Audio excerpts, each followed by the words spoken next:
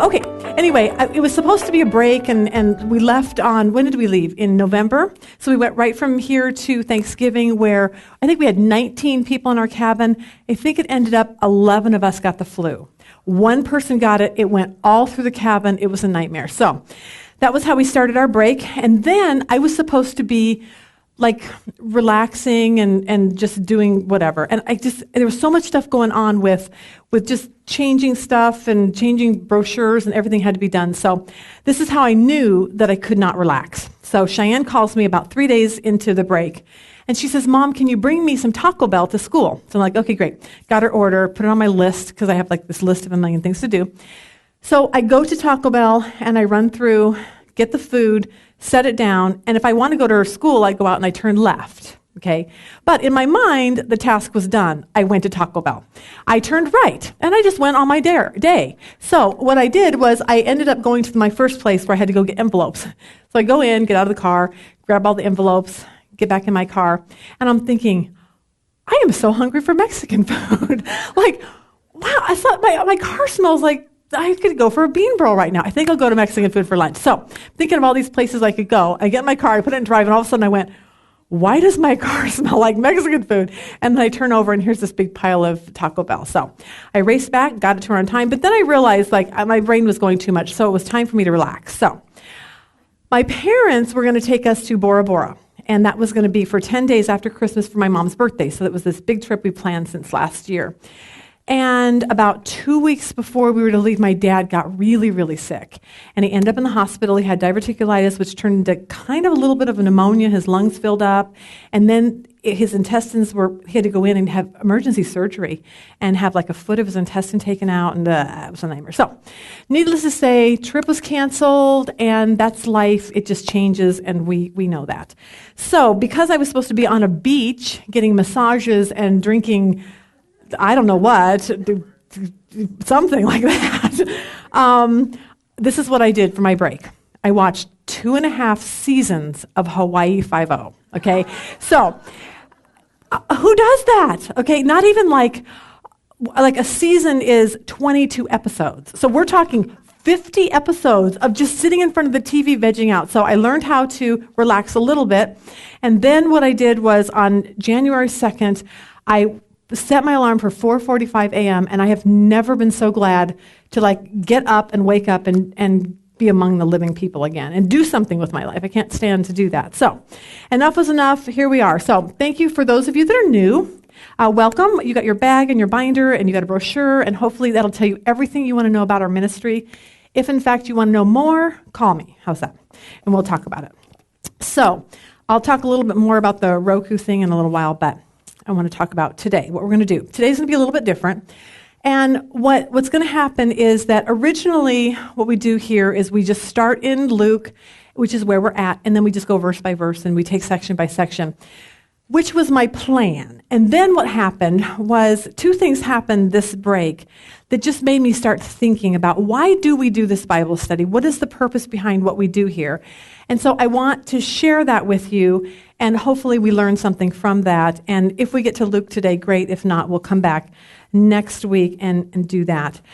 What we're heading into with Luke is something that everyone thinks is really boring. It's the genealogies of Jesus, okay? So most people are like, yawn, just put me to sleep. I don't want to show up. But please don't do that, because it's the coolest lesson.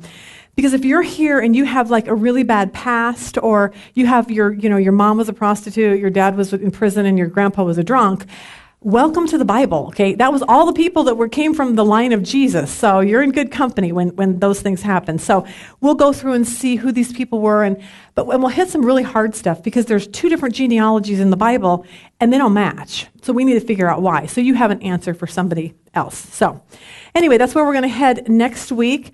And so what I want to talk about today is that we were hit with 2 things over this break. One was this whole Mayan calendar thing, okay? And I was actually shocked at the amount of people who would say, I'm a Christian, but that just might happen. And I kept thinking, how can you think that? So Cheyenne has a bunch of friends over the other day, right before this happened, and they were watching a movie, and I would say the majority of the kids that were there would say that they were Christians. So she goes in there, and one of the boys starts talking to me as I walked out into the kitchen, and he says, yeah, if we're here by Christmas. And I said, what do you mean? And he said, oh, well, I don't know, the world's going to end on the 21st or something to that effect. And I said, the Bible doesn't say that. Like, what makes you think that? And so this is when you don't want to be my daughter, okay? She just wants me to leave and her friends to turn back on the movie so they can have fun. But then I get on this whole revelation kick about the end times. And so in 1 minute, I'm trying to tell them how the end of the world is going to happen, according to the Bible. And, she just like, Mom, just go away. But it was kind of surprising to me that people actually believe that. So it was a reminder of the reason why we do what we do here is because we want to know what the Bible says about everything. How the world began, how the world will end, how do I go to heaven, how do I know God? I mean, all those things. And so that is the purpose for this Bible study here. So if you want to know how the world is going to end, and since it didn't happen the Mayan calendar way, you can come to Revelation afterwards, or you can go online. We can watch everything online now. So I hear from a lot of people saying, I'm staying home now because now I can watch you online so I don't have to drive and do all that kind of stuff. So that's fine too. But anyway, Revelation, we're getting ready to get into the really scary stuff. Today we're going to see about John gets transported to heaven, and he will see God like you've never seen him before. So you can always go and check that out. But the Bible tells us exactly what's going to happen at the end of the world, and it's our job to be able to learn and learn what that means. So that's why we do what we do here. Okay, so the second reason why we do this is because, and this is where I'm going to camp for most of the rest of the time, is because I want us to learn how to know God and to trust him. And when I say we need to know God, it doesn't mean like I'm religious or I go to church every so often, but it means I want to know him, like really know that he is in my life and he's a part of my life. And there's nothing outside of anything that happens to me that he is not fully aware of and not involved in. And I want us to get to that point and then realize what it means to trust God. Now, if you come from churches or things like that, you've heard that saying, if you come to someone and you're like, oh, I have this really big problem, and someone will pat you on the back and say, oh, honey, you just need to trust God and it'll all be okay. And you're like walking away going, what does that mean? Like, what does it mean to trust God? And I think what I came to realize is that trusting God means that everything in your life you trust him for. See, for us, we trust our paychecks, we trust my friend to keep a secret, I trust my husband, I trust my money, I trust all of these things, and God says, I want you to trust those, I want you to trust me to provide you all those things. So now when I'm looking towards what I need, I don't look to somebody, I look to God. And so that's what I want to talk about today is what that looks like. Now, my job here is to get to know God. Once I become a Christian, which means I give my life to Christ, then he now has adopted me into his family. So I'm his kid, okay? So he promises to take care of me, but if he's going to take care of me, I have to let him prove to me that he can take care of me. So here's my key phrase for today. I will never know he can take care of me if he never puts me in situations that he can prove that to me too. So in other words, I'm never going to know that he will take care of me if he never allows me to go through things that force me to trust him. Okay? So that's what I want to talk about today. And I was trying to come up with an analogy. And I spent more time on this stupid picture in your handout. And my thought was that we're on two different sides here. When you're not a Christian, let's say you're on the left side over here. And when you are a Christian, you're on the right side. And I'll talk about that whole ravine thing in a second. So I found this picture, I think it's Bryce Canyon or something. So you have two different sides, and you have this ravine that goes down the middle of it. But what I was thinking of was two sides of a fence or two sides of a river. And then Rob came to me and he said, Lisa, he said, I think where you need to go is a ravine, because the place where you and I are going to grow in our faith is not up on a bridge someplace. It's going to be down in the ravine where times are really difficult. And that's the time that we're going to grow in our faith. So when you look at your little picture there, you see the left-hand side. So what I want to talk about is, if you're on the left side of that, and we've all been there, and that would be when, let's say you're not a Christian, and you don't even know what that means. You take all of your cue and all of your life lessons and everything from the world. So you wake up in the morning, you turn on the news, whatever the news has to say is how you're going to run your day. If you don't know how to have a really good relationship, then you turn on the Kardashian reality show, and that will tell you everything you need to know about how to have a really good relationship. I don't get that show. I don't get the girls. I don't get who they are. It totally confuses me, but whatever. But that's what happens when you are not a Christian. You get everything from the media, from the culture, from maybe your professor at college, and he told you, how the world was made. And so your whole worldview is focused on the world, and that's how you get all of your information. Maybe your life is based on what you read in People magazine or the Us magazine. And on that side of the mountain, you're fearful. You're afraid of the economy. You're afraid what's going to happen if, Iran just tries to destroy Israel. I mean, what's that going to do to the United States? What happens with the economy? What happens when Obama gets to be president? So you're very, very fearful on that side of the mountain. And then another part of being on that side is I have to do everything. I have to work really hard to pay for my kids, and it's my job to raise my kids the right way so that they're good kids, and everything is about me. So when you're on this side of the mountain, your life is really all about you. And then there's some spiritual stuff that's added into that. And that would be like, well, I believe in God. Of course I believe in God. I believe that God's out there.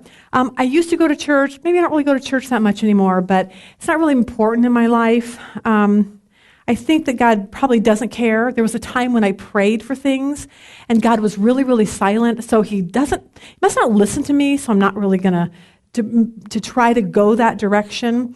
I prayed for Grandma to get better, and she died. I prayed for a job that I wanted, and I didn't get it. And so you see, on that side, you don't see God in anything, because really God is there to make you happy and you comfortable, and it's all about you. So being on that side of the mountain, of the ravine, says that I want things, but God won't give them to me, so I'm not going to really put my trust in him.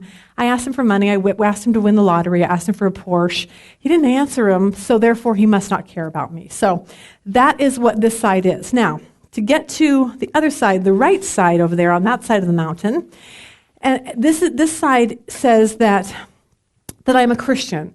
Not, like I said, not in the I just go to church, I show up every so often, but in the I have given my life to Jesus. And when I do that, everything changes. Like, it's not the same anymore. Nothing can be the same, because now I'm learning how to take all those things that I did on the left side of the mountain. I have to go down the mountain, through the ravine, and climb the other side to try to figure out how I can trust him. But the only way I'm going to know that is to go through really hard times, just so that he can prove to me that he's very, very faithful. Now, on this side, the right side, it's not this, just sign me up for the Jesus thing because I don't want to go to hell. It's not just, I show up at church 2 times a year. It's this deep, abiding, I want to know God. And instead of this whole worldview that we see, now suddenly we have a biblical view. So we open our Bibles and we say, well, what does the Bible say about that? What does the Bible say about the economy? What does the Bible say about how I'm going to get to heaven, or how I should be married, or who's in control of the government? I mean, those kind of things. So now we don't have to listen to CNN and the O'Reilly factor and all of these things to get our view on life. Now we're going to the Bible and we're seeing what it has to say, and now our life is now changing over to that section. Everything that he says in his word overrides what the world is telling you. So that's what happens when we get onto that side. On this side over here, it says, even when God feels distant, I still know he's there. Even when he seems silent, I know he's working. Even though he doesn't answer my prayers the way I want him to, I know he's got a purpose and a plan behind whatever is going on that I don't know. I know that God has a purpose in my pain. Some of you are in really painful situations right now, and you've lost someone. You've been depressed. There's just horrible things in your life right now, and you just can't seem to get by it. And I just hope today you walk out saying, you know what?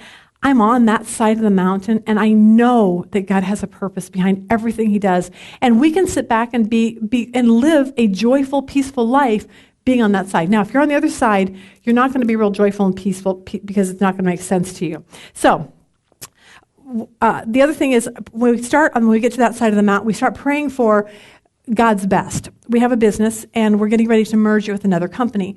And so Jesse came in the other day, and he said, Mom, he said, today's the day we're supposed to hear from the company. Are you just praying desperately that they merge with us? And I was shocked at my response. I said, no, I'm really not, because I don't even know anymore what's right for me. I just want what God wants for me. And if He knows that that's the best company, go for it, God. But if He doesn't, please don't. So I don't even pray really anymore like, I really, really want this. And I do pray for things that I want, but now it's with this overarching umbrella that says, God, I really just want what you want because you want what's best for my life, and you know more than me, and I'm your kid, and I've trusted my life to you, so now you open and close the doors, whatever that looks like. So on this side of the ravine, everything starts to become about God. Now it's not so much about you anymore, it's about Him. So our problem is, how do we get from to the left side to the right side? And I think that that's the place is where we grow up in our faith. And how that looks to you and I is, maybe you are now or have gone through a painful divorce. Maybe you've struggled with depression and you just can't seem to get out of it. Maybe you are hurt because you were fired from a job. You've got somebody that hurt you and you can't seem to forgive them. You have this sickness that won't go away. You have a child that doesn't want to come home from Christmas. All of these things, whatever it is in your life that you have, he puts in your life. So now, sometimes we have to sit at the bottom of the ravine and look up and say, God, I can't do this. You now have to do this. You have to make everything work out because I'm tired of trying to do it myself. But the problem is going from this side to this side is it's very, very scary, because how we used to live, we used to trust things and people and our jobs and our money. We can't do that anymore. And it's scary to let go of those things. But the only way we're going to let go of them is to be put in situations where we have to let go of them. So what this study is about is reading our Bibles, studying it, so that we can find out when we get into that ravine, that really difficult place in life, we know that we have a place to turn to, and we can find out what God has to say about it all. One of the shows that we watched, we were just flipping through Netflix the other day, and we found this little show called Heart of Dixie. I thought it was really cute until about they started sleeping around with everyone, and then I was like, okay, whatever. But the whole thing with this show was, the girl is from New York, and she's a heart surgeon, and she comes from her dad's a real famous heart surgeon in New York. But she cares about surgery. She doesn't really care about people. So they told her, you need to go, and you need to go get into a small little practice and learn how to actually like people. So she goes to a little teeny tiny town called Bluebell, Alabama. Okay, if you can think of small town, this would be it. Okay, alligators are walking by. They have Valentine's dances in the town square. They all talk with the southern drawl. They bake pies. This is like Mars to this girl. She has no idea what is going on here. But the more she's there, the more she starts caring for people, and she starts seeing this way of life, because her life is fashion and wealth and socialite and that kind of thing. But here, she doesn't have that. So she has a friend come in, and she stayed with her. And the friend wanted to put on this big New York party for her. And by the time it was done, all the people in Bluebell thought the party was just really stupid. And she walked away to her friend right before her friend got on the plane, and she said, I don't know what's wrong with me, but I've changed. And the things that used to be important to me, like the parties and all these things, they're not important to me anymore. And I don't know why, but something's changed in my life. And it made me think that that's what happens when we become a Christian. Everything changes in our life. We're just not the same people anymore. And if we are the same people, then something's got to be wrong. And we need to look back and say, did I really make that decision to come to Christ for the right reasons? Was it all about me, or was it all about serving God? And then we need to figure out how to grow in our faith. So that was my little Bluebell story. Okay. I realized all of this stuff, two things happened, the Mayan story and this next story I'll tell you about what happened to us in our personal life, and that's what got me onto this whole lesson today. I am pretty much a natural worrier by nature, so whenever something would happen with our business or our kids, I'd worry. I think I told you before, I used to lay in bed and worry that someone was going to come in, grab my kids, murder them in front of me. What was I going to do? This is crazy stuff, okay? So I bought a book one time, a long time ago, called How to Stop Worrying and Start Living. And I looked it up to see Dale Carnegie wrote it in 1948. Okay, so that tells you whatever. But it really was very helpful to me at the time. But so that's my personality, is that I'm kind of a worrier. I laying awake and stressing and worrying is just something normal. So when this all happened over this Christmas vacation, I realized that something had changed in my heart, and that's what I want to talk about. So I'll give you a little backstory. A couple years ago, we sold a business that we had. And we poured most of our money into the business, then we sold it. And so what he did was he pays us every single month that's how we get our income. So we pay our APS, he sends the check on the 1st, we pay our APS, we pay our car payments, and we're good to go. Yay, buy food, we're fine. Okay. 2 days after Christmas, we get an email.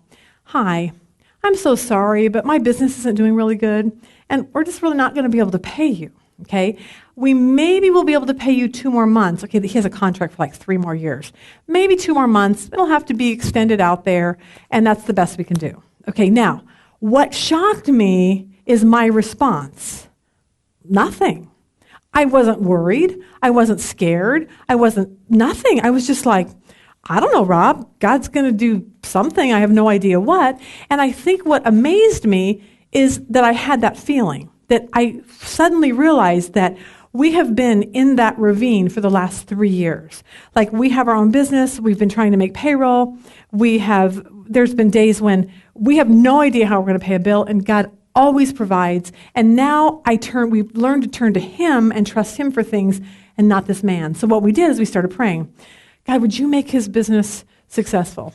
God, we're trusting you to get him the money so that he can pay us. I'm not even trusting him anymore. It has nothing to do with him. In the process, hopefully he comes to Christ. But my trust's no longer in him. It's totally in God. And it was so freeing to me, and I just wasn't concerned about the whole thing. And it was fun because it's just a testimony to God that he comes in and changes people's lives. And that's what I want for this Bible study. I want it to be where suddenly we start not thinking like the world anymore, but we really have a biblical worldview so that we can see God's hand in everything that happens. So it was kind of a shocking little time, but it was a good time for me. But it reminded me of everything that we've learned in here. When we did Genesis, I was thinking back on Noah, and way back in the beginning of Genesis, and how for 120 years he's building a boat and people are laughing at him. And I thought, Noah spent 120 years in this ravine, not even great times, but through it all, he learned to love God anyway. I looked at Abraham and I thought, okay, here's Abraham. God says, Abraham, move. I have this great, wonderful promised land for you. Abraham moves his family. There's a famine. If you've ever been to Israel, it's dirty, it's dusty, it's desolate, there's no water. And he's probably thinking, really, God? Like, this is where you're moving me? And Abraham spent a large majority of his life in this ravine. But in that ravine is where he learned how to love God and trust him and grow in his faith. It took that to have him know God. If God had miraculously just transported him to the promised land and it was filled with, milk and honey and beautiful grape trees, then Abraham would never have learned how to know God that way. And it takes those times. I look back on Isaac and Jacob and everything we learned from them, and Joseph, how he got thrown in prison.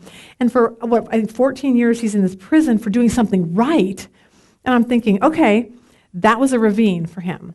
And in that ravine, it grew his faith stronger. And so that's what I want us to realize, is that our life is not going to always be great. And I know that sounds sad to say that, but but those are the times that God's saying, come to me. I want you to trust me, that I have a purpose behind everything that you're going through. So how my little story ends is that we we asked him, we told him no, actually. We said we can't do that, but we'll take a little bit less money each month. And it was kind of funny because I didn't know what was going to happen because we had, he's supposed to pay us around the 1st, and the guy wrote us back on the 28th and said, I'll let you know. Okay, so we went the 28th, 29th, 30th, 31st, 1st, 2nd, we didn't hear anything. And by about the 4th, I looked at Rob and I said, Rob, we have $40 to our name. Like, that's what we have. And still, even with all of that, I wasn't even remotely concerned. I was just like, I know God's going to come through. And then on the 5th, he gave us our check, and he wrote a note, great, let's work this out. Thank you very much. But it made me realize that God always waits to the last minute, but I'm trusting in him. And even if the guy never came through, something would have come through. God would have done something because I'm trusting him for my livelihood, for everything. Now, with that comes this idea of that trusting God does not mean we just sit around and watch soap operas all day and eat bonbons. Okay, so a lot of people think that. They're like, oh, I'm just going to lay in bed, watch TV, and God, you need to provide for me. It doesn't work that way. God gave us a brain. He tells us to work. And so we have to do our part to do something. Like, we had to work. We couldn't just tell God to please supply everything we need. So trusting God means that basically if you're sick, go to a doctor. God can heal, and I totally believe that God can heal and do anything he wants to do, but a lot of times he uses a doctor. We have 7 kids, and 5 of them, I would say 6 of them, have some form of OCD, this obsessive compulsive disorder. And when one of them was it really hit him hard, we decided to take him to the church and do the whole James thing where it says, go have the elders pray over him and anoint him with oil. And so we did this whole thing and so excited, anointed him with oil, prayed over him. I'm like, yes, God healed him. Came home, laid it on the couch. About an hour later, it all comes flooding back. Okay, so now my choice is, do I just not believe God, or do I go have him see a doctor? Because God can heal, but a lot of times he says, look, I'm providing you a doctor. Go see him. Like, I can heal, but I use other methods to do that also. So we need to know that that is okay to do that. If you're depressed, same thing. Go see a doctor. Most of you know that my son Micah, if you heard him, he was depressed and suicidal. And I look back on the times that I prayed, God, would you heal him? Please heal him. And he was in this dark ravine, and there was nothing that could get him out of it. And now I'm so thankful that God didn't just heal him. Because for those of you that heard him speak, he's spoken twice for us. And he amazes me both times because had God just healed him, he wouldn't even have a ministry. And he just spoke at Fellowship of Christian Athletes to their kids over at Gail's house. And it was so fun for him. He has a story. But if God had just healed him back here, he would never have had a story. So we need to look at the things that God doesn't answer how we want him to and say, okay, this is going to be my story. And I'm going to be able to share it with others, and people will come to Christ because of my story. And I was thinking about a guy from Campus Crusade for Christ. And I talked to him one day, and he said, a couple years ago, I woke up one morning and just felt down, and I didn't know what my problem was. And he said, so I went to the doctor, and he put me on this little medicine of whatever. And he said, within a year, I was all better. And my first reaction was, oh, didn't you not pray? Like, what's your problem? You're this, spiritual giant, and what do you mean you went on medicine? Okay, and I think we can get to that point, but I think we have to realize, and what I've come to realize is that God determines how he wants to heal people. Sometimes he gives medicine, sometimes he heals, but it's always for a purpose, and we have that umbrella around us. If you're here and your marriage is struggling, do what you can. Go to marriage counseling, read books on how to make a good marriage. Do what you can do, and then what you can't do is love your husband. Like, you can't have those feelings anymore. Your husband maybe doesn't have those feelings for you. But God can rekindle that and make your marriage really awesome. So you do what you can do, and then what we do is we leave everything up, what we can't do, to God, and we're trusting him to do what I can't do. So part of trusting him is just saying, look, I've come to the end of my rope. I can't do any more. Now, God, you need to come in and do the rest. So I could not make this man pay us. I couldn't beg him and plead him, but I could pray and say, God, we've worked really hard. Now I'm asking that you would step in and change his heart and help him to want to pay us and give him the money to do that. God, you have to do what we can't do. If you need to get a job, don't just sit around. You go put out 1 million applications if you need to. You're putting out applications because that's your job. But God's job is to get you the job where he wants you. So you put out 100 applications and you say, God, where do you want me? Where can I best serve you? And so you'll get a phone call from someone, and then you'll know that's the one that God wants you to work for. So you do what you can do, and then you let God do what he needs to do. So, okay, my thing for this is that I want us to get to the point for you that are here that no matter what happens in our life, no matter what breaking bad news or family situations, we had a call from my daughter the other morning, and she was like, her husband called, Gabby just got in an ambulance and went to the hospital because of her heart. Okay, so, well, as a parent, you're just like, what? Like, what is that all about? But those things are going to happen. But I can tell you, when that happened, I had peace. I know God loves her, and I know God loves me, and I know he's doing something, and so I just don't worry anymore like I used to. And that's what I want this Bible study to be about. Okay, we have so few verses today. Psalm 27:1 in your handout. 27:1, it says, the Lord is my light and my salvation. Whom shall I fear or dread? The Lord is the refuge and stronghold of my life. Of whom shall I be afraid? See, everything is about how big God is and how small our problems are. So the bigger God gets, the less we worry and stress about anything in our life. The more we trust him, the less we trust ourselves. Verse 3, though a host encamp against me, my heart shall not fear. Though war rise against me, even then, in this will I be confident. So he's saying, trust me. This is David, King David, who God says, you're a man after my own heart. I love you. He's saying, a host encamps around me. Like, there's a lot of stuff that's going to be going on in your life and my life. But what do we do with that? And verse 1, it's saying, God, you are my refuge. I go to you and nobody else.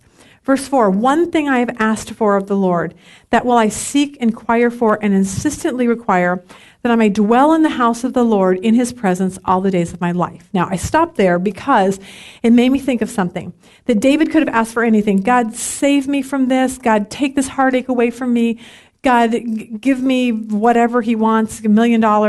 Okay, but instead of asking for those things, he said, God, I just want your presence. I want to know that when I go through these times and I'm in that ravine, I just want to know that you're with me. That's all that matters to me. And that's why we do this study, is so that God becomes so big to us that we don't have to stress and worry about the things. Cheyenne the other day, she had a boyfriend this past month.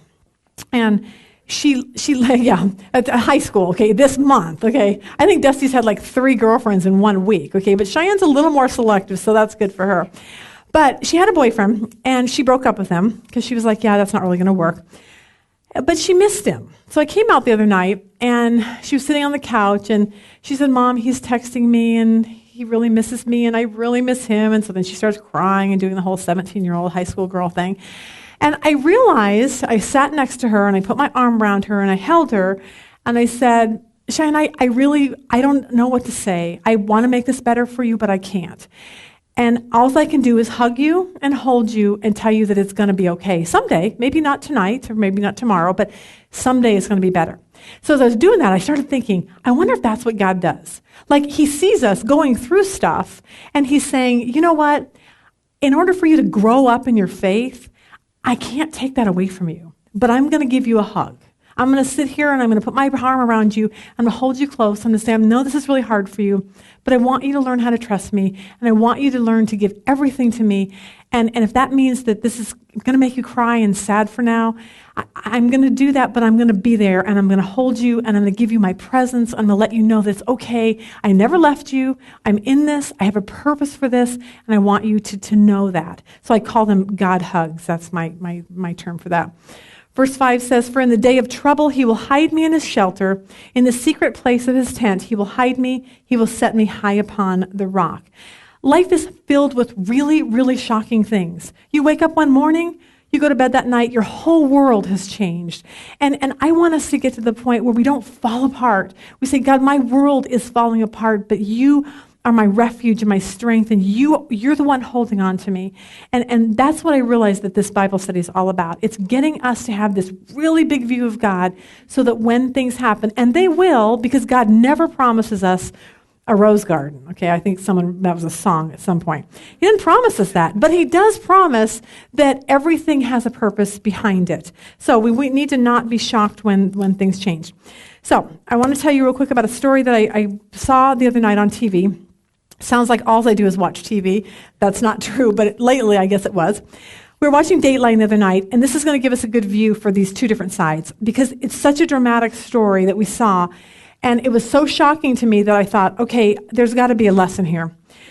I don't know if anyone saw this, but it's a woman, her husband, she wanted to have a fourth child. They had 2 older kids. They had another baby that was like a 1. But it got in halfway through the show, so I didn't get the first part. But it sounds like the woman, when she had the last baby, she had a lot of really bad problems. She doesn't do well being pregnant. If she does get pregnant, she always miscarriages. There's lots of issues. So they decided to do the in vitro fertilization thing. So they got like 6 eggs, fertilized them all, everything's great, inserted them in her, and she goes to the doctor, and they're like, yay, good news, bad news, okay? Good news, you're pregnant. Wonderful. Here's the bad news. We kind of made a mistake, and we put somebody else's embryo in you. Okay, yeah.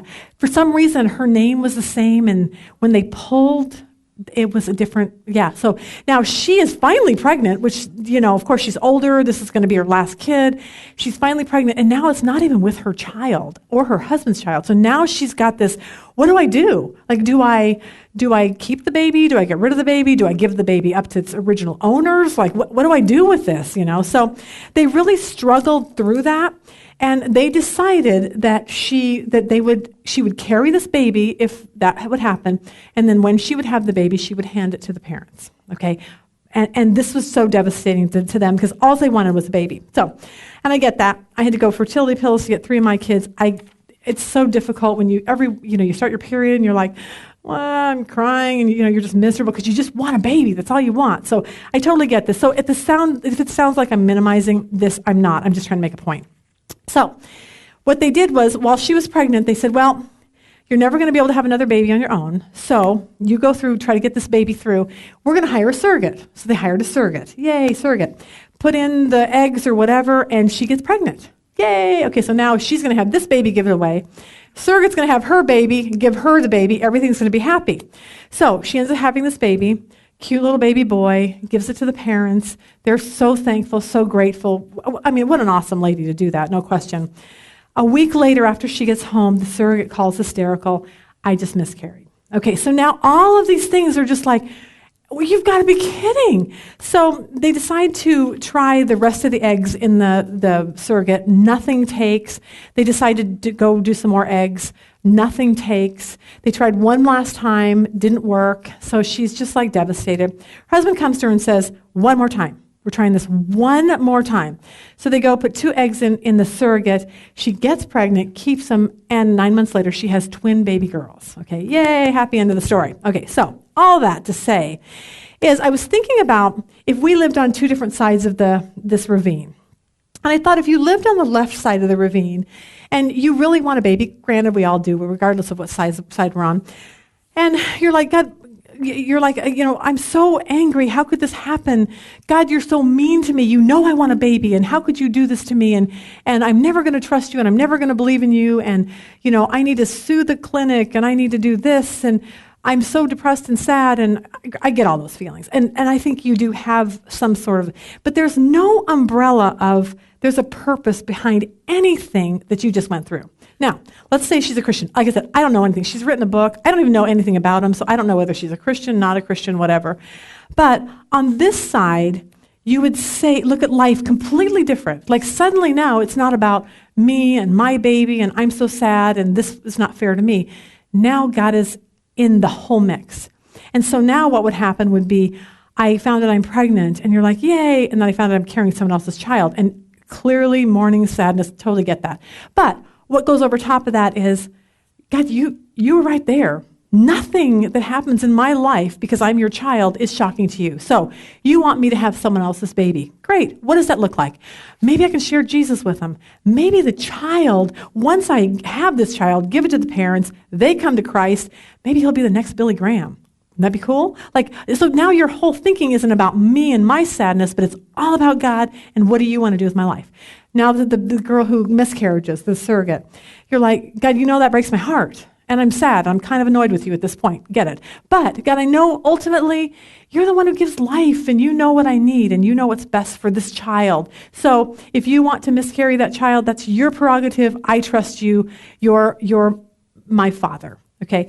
And so you take this line and you see a whole different outcome over here. You have peace, you have joy, you have all the things that you don't have on the other side because you're a follower of Christ and you know he has a purpose behind every single thing that goes on in your life. So you've got two different things. If you look at Psalm 31, verse 14, it says, "But I trusted in, relied on, and was confident in you, O Lord. I said, you are my God. My times are in your hands. Deliver me from the hands of my foes and those who pursue and persecute me." See, when we come to Christ and we start to really understand our times are in his hands, they're not my hands. And when we understand that, it changes how we view the entire world. So I want to just end real quick by talking about how we get to that point. And in order to get through that ravine and get to the other side, we have got to know God. And in order to know God, I tell you this, I harp on it all the time, we have to spend time reading his word. That's why we do this. Now, the problem is that we live in this really weird culture era that's going on here. I brought this to show you. Rob, the other day, we found this. And this was his great-grandfather's Bible, okay? It weighs 900 pounds. It's so heavy, like this. Okay, this is how heavy it was. I set it on my seat to bringing it here today, and the seatbelt beeper started going off. So it's like, that's how heavy it is. It's heavy, okay? The inscription in there says, this is your great-great-grandfather's Bible. He taught Bible, and this is what he used for his own Bible study and his Bible study class that he taught. Okay, so you're like, okay, now, in the early 1800s, I'm assuming no cars. Am I correct on that? Didn't the cars come around like 1900s? I tried to Google that this morning, actually. But I'm going to assume that if he was going to go to a Bible study, he's going to carry his 900-pound Bible all the way there. Now, picture us. I don't want to go to Bible study today because the football game's on and my car is just cold, and we come up with all these silly excuses, and we don't even have a 100-pound Bible. We have a thin Bible. Okay, how thin can you get? We have the Amplified Bible, the ESV Bible, the Study Bible, the Kids Bible, the Teen Bible. We are so inundated with technology. We have the ability to learn so much about God, and yet we don't do it. We spend more time, and this is from a girl who watched 52 episodes of Hawaii Five-0. So I'm talking to me as much as I'm talking to you. So I'm not singling out here. I'm saying I get that. So what I'm learning is that if I'm going to spend 52 episodes on Hawaii Five-0, I better spend 100 episodes of something that is going to promote God into my life. I can't, it's got to be way overbalanced on the God side. And what happens is the more I learn about God, I can watch Hawaii Five-0, but I'll tell you, we turned on a couple shows this last month that I nixed after the first minute. I'm like, who watches this? I don't want that in my home. It's frightening. But the more you have God in your life, the less you really care about the stuff over here. So here's how we do that. First of all, you may be here and you're like, I like living on the left side. I don't even care. I like doing things my own way. I don't really care that much about God. I'm going to assume you probably aren't a Christian, and this is my prayer for you, and I want you to pray this in your own life. God, give me a desire for you. Give me a moment where I actually have the desire to do those things. I don't right now. I want to. I don't. My friend dragged me here. I don't even like my friend anymore, and I'm clearly never coming back here again. But for you, I want you to realize that we're talking eternity. We're talking heaven and hell. And we want you to know the God that says, through Jesus, you get to go to heaven and spend eternity with me. Okay, so my second thing I want you, if you're here and you're like, yeah, I'm just kind of a Christian and I really want to grow, but I don't really know how, pray this. I call it a Cabo moment. My Cabo moment was, I was reading a Chuck Swindoll book. God opened my eyes. I've never been the same since. I don't know if it was just, I don't know what people call it, the infilling of the Holy Spirit at that particular time, an extra infilling. I don't know what it was, but I know from that moment on, everything became about God. So if you don't have that, pray. God, would you give me a Cabo moment? Make it your own moment, whatever you want to call it. A God moment, whatever it takes. Pray for that. Then my suggestion is, we have got technology everywhere. Now, I told you, I forgot to bring it in, darn it. Right now, our Bible study, I just got a text this morning that our Bible study is now on TV. Okay, so we have a Roku box, it's ROKU. It's a little teeny tiny box. You put it in your hand. You plug it into your TV. The box itself is, if you have a regular TV, I think they're $49. It sounds like I'm advertising Roku. I'm not. If you have an HD TV, I think they're $79. So you plug it into your TV, and now you have this whole, it's free from then on. You don't have to pay for anything unless you want to do Netflix and all that, but that's not why we have it. What we do now is we've got a whole religious section, but they have food and health and all these other ones. Religious section. And on there, you'll find tons of sermons of great Bible teachers, not just women's Bible study. We will be on there probably in about 2 weeks. But for now, like you've got Andy Stanley. For those of you that know, Charles Stanley's his son. He has North Point Church. Unbelievable. You have Craig Rochelle, Life Church. You have you can listen to, I think Billy Graham's on there, and it's just all of these sermons. So now when you're cleaning out your closet or you're doing your kitchen stuff, you don't watch Oprah. I always say that. I don't even know if she's on anymore, or whoever you watch in the afternoon. Now you flip on your TV and you watch a sermon of somebody where you can get God stuff put into your mind. The best thing that happened to me that I learned about was an auxiliary cord, okay? I have an iPhone, okay? I didn't know any of this existed. We now are also on Google TV. I just found out that this morning. So if you are on Google TV or you have whatever, there's all these places now you can find us under Women's Bible Study, or you can, so I have this little app store. I'm like, well, this is so cool. So I got on here and I found Village Church with Matt Chandler. You can get Chuck Swindoll on here. You can get John MacArthur, all these great Bible teachers. You plop them, get an app, it's free. You plug your little auxiliary card and you can play any sermon you want as you're driving. And I'm like, okay, what better life is that? Okay, we don't have to listen to, with all of this technology available at our fingertips to know God. I mean, we didn't have to study the Greek and the Hebrew to do this. We can Google something and find it, okay? But we have this, and I want us to realize that if we're going to grow and get across that ravine and get to the other side, we have to do something. And that's my challenge to us this year. Let's see, okay, what can I do? I told Rob yesterday, I know, I'm probably over on time, and I can't be over on time. Oh, crap, we're over on time. I told Rob yesterday, it was really weird. Like, I don't ever get nervous doing this. I just don't. It's just kind of what I do. But because we had such a long break, I did this lesson. It was so off the wall from what I normally do. I sat down, started doing it. I started crying, called him up. I can't do this tomorrow. It's going to be horrible. And I just went through this whole thing. And I'm just really panicking. I don't know why I don't even panic about this stuff. And he goes, Lisa, I just listened to Francis Chan, his Psalm 23. I want you to Google it or do whatever, pull it up and listen to it. I don't have time for that. I have to rewrite my whole lesson. Just do it, okay? So the very first thing that Francis Chan says is, it was really weird this morning coming here to preach to you because I got nervous. And he goes, I've preached to 50,000 churches before, and I am so nervous about being here and what you're going to think of me. And so when I heard that, it was like, whew, thank you, God, for that encouraging thing for me. But that can be in anything. Like, we need encouraging things. I told Rob when I got home last night, we need to be listening to a sermon of somebody every single day. Like, we have got to get more God stuff in our brain than we do anything else. That's how we're going to get to the point where we need to be.